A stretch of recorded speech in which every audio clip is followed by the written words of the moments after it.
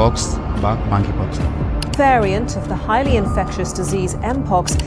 Mpox has been reported in the Democratic Republic of the Congo. Epidemiologist Salim Abdul Karim says global health emergency. More than 17,000 confirmed and suspected cases. সম্প্রতি এমপক্সের প্রাদুর্ভাব এতটাই বেড়ে গিয়েছে যে বিশ্ব স্বাস্থ্য সংস্থা একে বৈশ্বিক জরুরি অবস্থা হিসেবে ঘোষণা করে।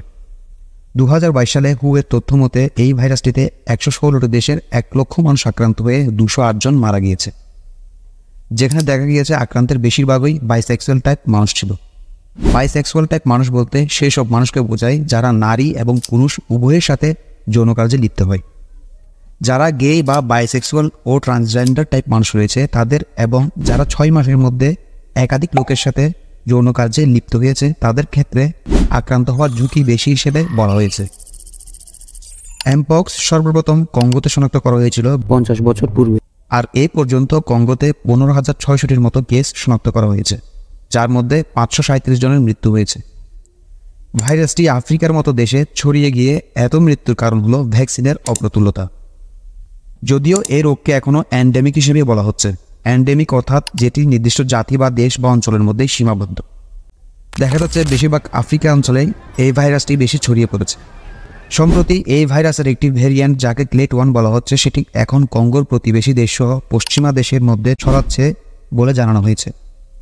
সুইডিশ কর্মকর্তাদের অনুসারে তারা প্রথমবারের মতো কঙ্গোর বাইরে ক্লেট 1 ভেরিয়েন্ট শনাক্ত করেছে, কিন্তু এও জানান যে এই ভাইরাসের সাধারণ মানুষের মধ্যে ছড়িয়ে পড়ার ঝুঁকি অনেক কম রয়েছে।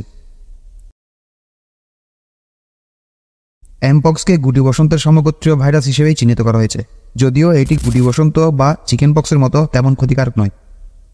এমপক্স একটি ছোঁয়াচে রোগ, আক্রান্ত ব্যক্তির সংস্পর্শে এলে বা বিছানা পোশাক আশাক ব্যবহার করলে সংক্রমিত হতে পারে, এবং আরও বলা হচ্ছে যে এটি করোনা ভাইরাসের মতো বাতাসের মাধ্যমে ছড়ায়। According to European centre for disease prevention and control, যেসব বাচ্চা বা মানুষদের রোগ প্রতিরোধ ক্ষমতা দুর্বল এবং যাদের HIV রয়েছে তাদের এই ভাইরাস আক্রান্ত হওয়ার সম্ভাবনা বেশি। The US Centers for Disease Control and প্রিভেনশনের তথ্য অনুসারে কঙ্গোতে এই ভাইরাসে আক্রান্ত হয়ে মৃত্যুর হার 5.5%। দেখা যাচ্ছে যদিও শনাক্তের হার খুব বেশি, কিন্তু এই ভাইরাস আক্রান্ত হয়ে মৃত্যুর হার খুবই কম। এমপক্স কি আরোগ্য? ক্লিভল্যান্ড ক্লিনিকের তথ্য অনুসারে বেশিরভাগ এমপক্স আক্রান্ত মানুষেরা তেমন কোনো চিকিৎসা ছাড়াই সুস্থ হয়ে উঠতে পারছে এবং 2 থেকে 4 সপ্তাহ পর্যন্ত এর উপসর্গ থাকতে পারে। এমপক্সে আক্রান্ত ব্যক্তির লক্ষণ প্রকাশ পেতে 6 থেকে 21 দিন লাগতে পারে। জ্বর, মাথা ব্যথা, শরীরে মাংসপেশিতে ব্যথা সহ ফুসকুড়িতে তীব্র ব্যথা অনুভব হয়। যৌন সংক্রমণের ক্ষেত্রে মলদ্বার এবং জননেন্দ্রিয়তে ফুসকুড়ি উঠে তীব্র ব্যথা অনুভূত হয়। ভ্যাকসিন।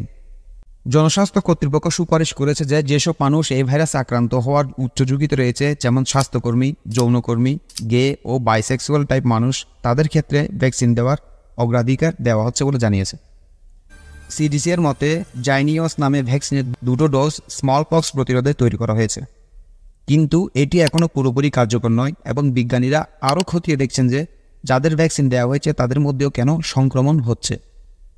যদিও এই ভাইরাস আক্রান্ত হয়ে অনেকে তীব্র যন্ত্রণার কথা তুলে ধরেছেন, কিন্তু দেখা যাচ্ছে সঠিক চিকিৎসার মাধ্যমে এ রোগ সারিয়ে তোলা সম্ভব। আর যেহেতু বলা হচ্ছে যে এটি চিকেন পক্সের মতো তেমন ঝুঁকিপূর্ণ নয়, তাই আতঙ্কিত হওয়ার কোনো কারণ নেই। সুতরাং সচেতন থাকুন, সুস্থ থাকুন। ধন্যবাদ।